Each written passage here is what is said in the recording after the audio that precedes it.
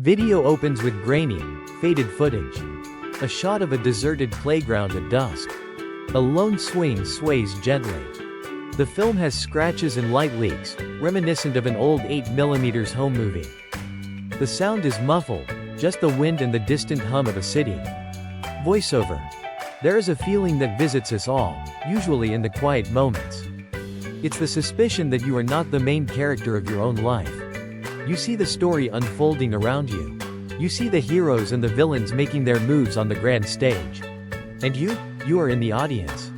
Or worse, a stagehand, waiting in the wings. We have a name for this feeling. We call it the spectator's trap. It's the belief that your role is to wait for someone else to solve the problem, to lead the charge, to save the day. But this is a story about the lie at the heart of that trap. And by the end of our time together, you will understand a different kind of power.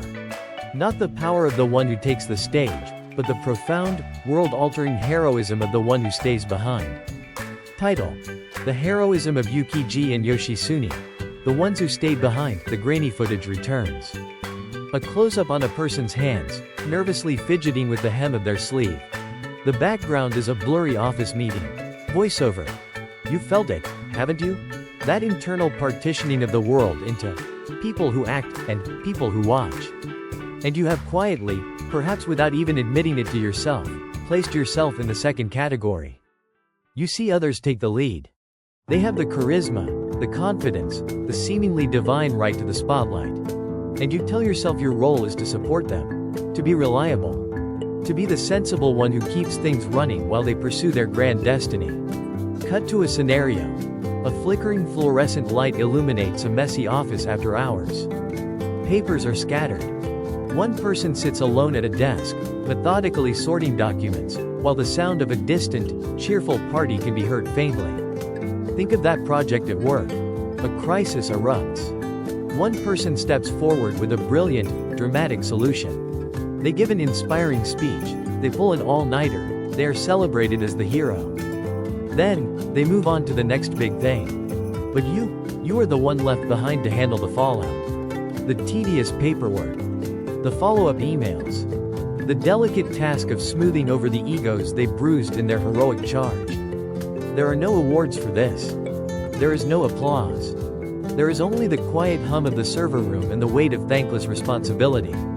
This is the spectator's trap. And the hidden cost isn't just the lack of recognition. It's the slow, creeping erosion of your own sense of agency. With every crisis you defer to someone else, you are teaching yourself a lesson. The lesson is, I am not the one who acts. I am the one who waits. The trap doesn't just make you feel like a side character. Over time, it convinces you that you are a side character. It's a self-fulfilling prophecy that slowly grinds away your potential, leaving you paralyzed on the sidelines of your own existence, waiting for a story that never begins. Because you believe someone else is meant to write it. Voiceover. But what if this entire narrative is a lie? A carefully constructed piece of psychological warfare designed to keep the vast majority of people passive and waiting? What if the most important stories are not written by those who make a grand entrance, but by those who refuse to make an exit? To understand this, we must delve into a fractured timeline, a piece of hidden history from a world teetering on the edge of oblivion. We need to examine the case files of two unlikely figures, a judo instructor named Yukiji Setoguchi, and a timid salaryman named Minamoto Yoshitsune. They were not the chosen ones. They were not the charismatic leaders. They were the ones who were left behind. And in their story, we find the antidote to the spectator's trap. We find what I call the philosophy of the custodian. A custodian is not a savior. A savior arrives in a flash of light to solve a singular, epic problem. A custodian's work is different. It is quieter, slower, and infinitely more difficult. They don't win the war in one glorious battle. They spend years holding the line, preventing the world from completely falling apart, day by agonizing day. Their power is not in performance, but in persistence. This philosophy is built on three fundamental principles. The screen shows text, typed out as if on an old teletype machine. The sound of the keys clacking is audible. Principle 1. Presence over performance. Voiceover. The spectator is obsessed with the performance of heroism. The grand speech, the noble sacrifice, the dramatic confrontation. The Custodian understands that true strength lies in something far less theatrical, simple, stubborn presence. It is the act of showing up when every instinct screams to run. It's holding your ground when everyone else has already fled to safety. In a world that is dissolving into chaos, the simple act of being there becomes a radical act of defiance. Principle 2. Memory as a weapon. Voiceover. The spectator consumes the present. They are swept up in the latest news cycle, the latest crisis, the latest charismatic leader. The Custodian protects the past. In a world built on lies and propaganda, a world where history is rewritten by the powerful, the act of remembering the truth becomes a form of rebellion. The Custodian becomes a living archive of what must not be forgotten. They know that you cannot fight for a future if you don't know the truth of your past.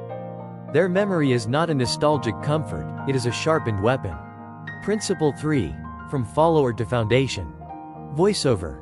The spectator sees themselves as a follower, waiting for a leader to give them purpose. This is the core of the trap. The Custodian understands a more profound truth.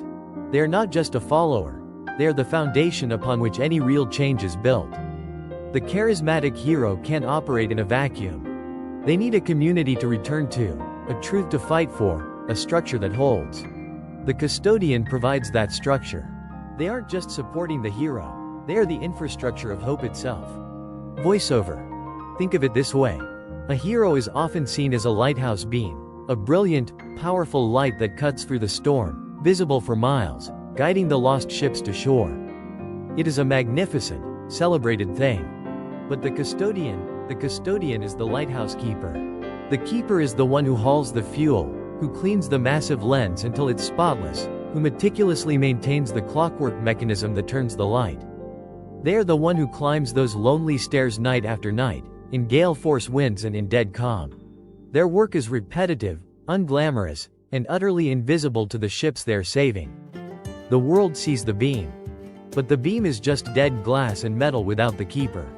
The ships are not saved by the light itself. They are saved by the keeper's quiet, relentless, custodial duty. The spectator's trap tells you to admire the beam and wait for it to save you. The philosophy of the Custodian asks a much more terrifying, and ultimately more powerful, question. Who is going to keep the light on? Voiceover. This is not just a philosophy. It is a practice. A way of reorienting your perception and your actions away from the grand stage and toward the ground beneath your feet. It is a way to escape the trap. Here is your training manual. 4 directives for the aspiring Custodian. The scene changes to a grainy, top-down shot of a desk. A hand places a numbered list, written on a simple index card, into the center of the frame. Voiceover. First, identify your lighthouse. The spectator is always looking for a distant, epic battle to join. The Custodian starts where they are. Ask yourself this, right now. What small part of the world has been entrusted to my care? It is not a country. It is not a revolution. Not yet. It is your family's emotional well-being. It is the integrity of your small team at work. It is the shared apartment that falls into chaos unless you're the one who cleans it. It is that one friendship that survives only because you are the one who always calls back. Stop searching for a grander stage. Recognize the ground you are already responsible for. That is your lighthouse. Your first duty is to keep the light on there. Voiceover. Second, practice active remembrance. Our modern world encourages a kind of strategic amnesia. We are flooded with information until yesterday's outrage is forgotten for today's. A Custodian fights this. So, try this technique. Once a week, open a notebook and perform an act of active remembrance. Write down one small, true thing that you witnessed that week, which the world is designed to make you forget. A promise a colleague kept when no one was watching. A moment of genuine kindness in a cynical environment. A crucial detail about a past failure that contains a lesson everyone is eager to ignore. You are not writing a diary. You are building an arsenal. You are training your mind to be an archive of the truth, a weapon against the gaslighting of the present moment. Voiceover. Third, execute the unglamorous task. Within your lighthouse, your domain of responsibility, there are tasks that are vital but completely unglamorous. They offer no reward, no recognition, no applause. Organizing the chaotic shared digital folder. Making the awkward but necessary phone call to resolve a conflict. Taking the time to document a process so that others won't struggle later. Everyone avoids these tasks. They are the friction of life, the messy chores of progress.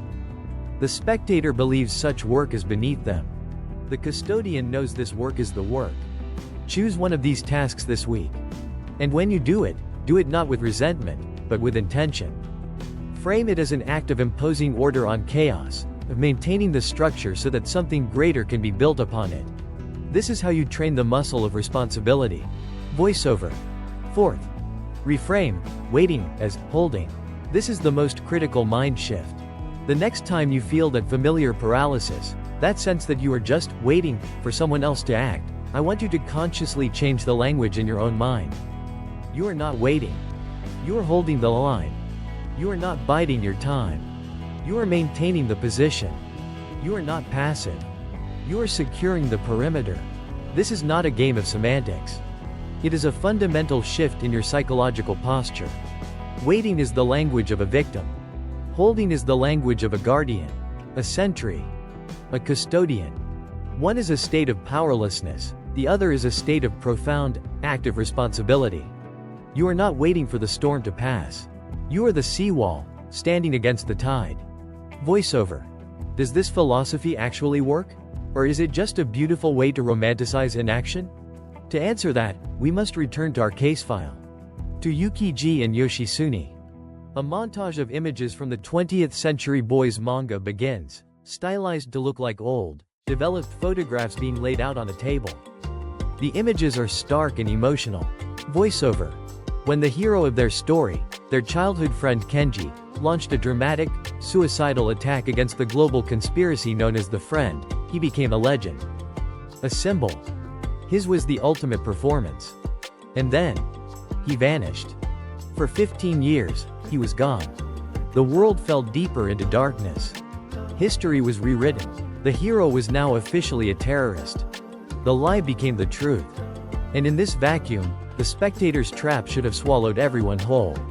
They should have despaired. They should have forgotten. They should have waited for a new hero. But they didn't. Because of the custodians.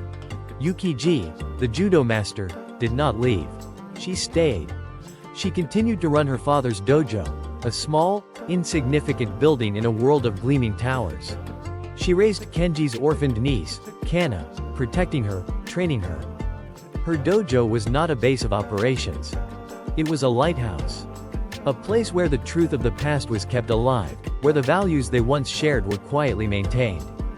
Her heroism was the stubborn act of presence. She held the line.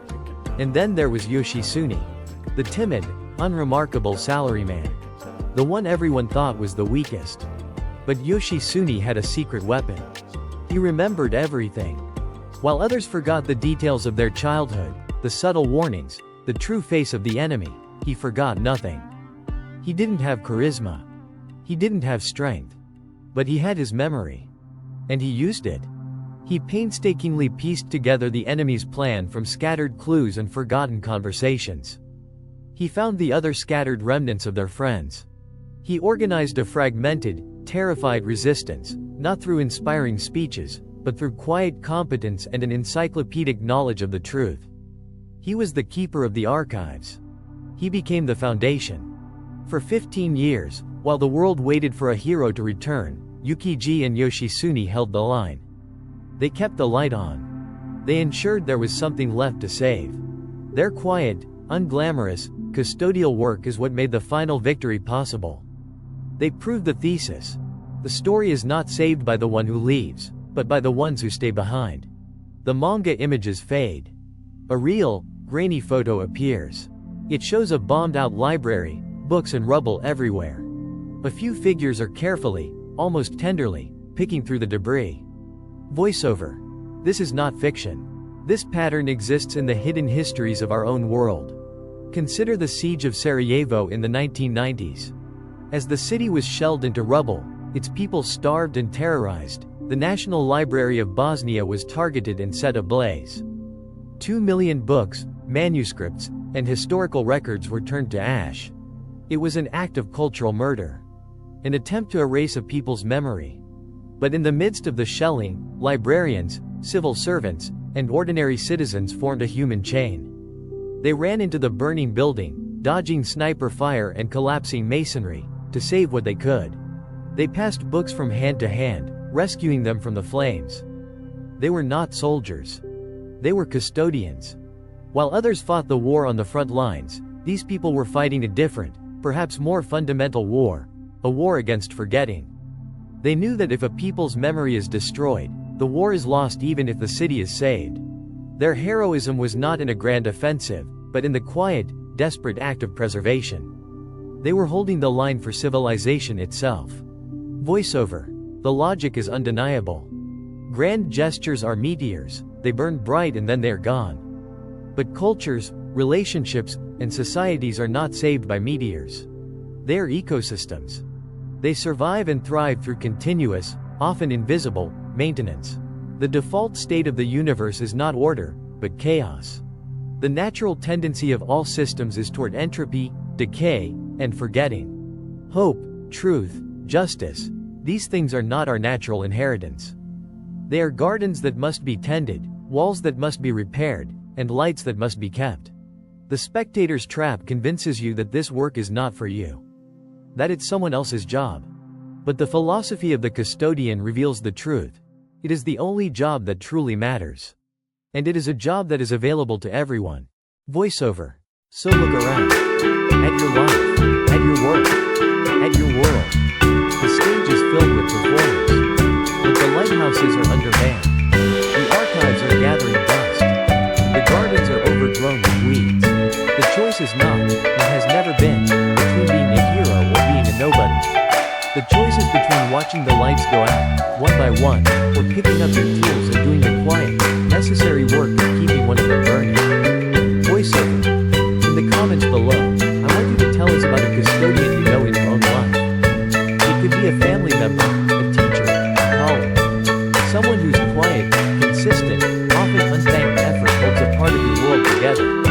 Let's use this space to build an archive of their stories. If you believe that history is written not just by the victors, but by the keepers of memory, then you belong here. Subscribe to Hello, Yesterday, and join us in uncovering the stories that hide in plain sight. This idea of quiet heroism is a powerful one, but it is often born from immense pressure. If you want to understand the psychology of what happens when that pressure becomes absolute, and the choice to act is no longer a choice at all, then you need to watch our investigation into the dance room, a prison of choice. It's the other side of this coin. Click the screen now to continue the inquiry.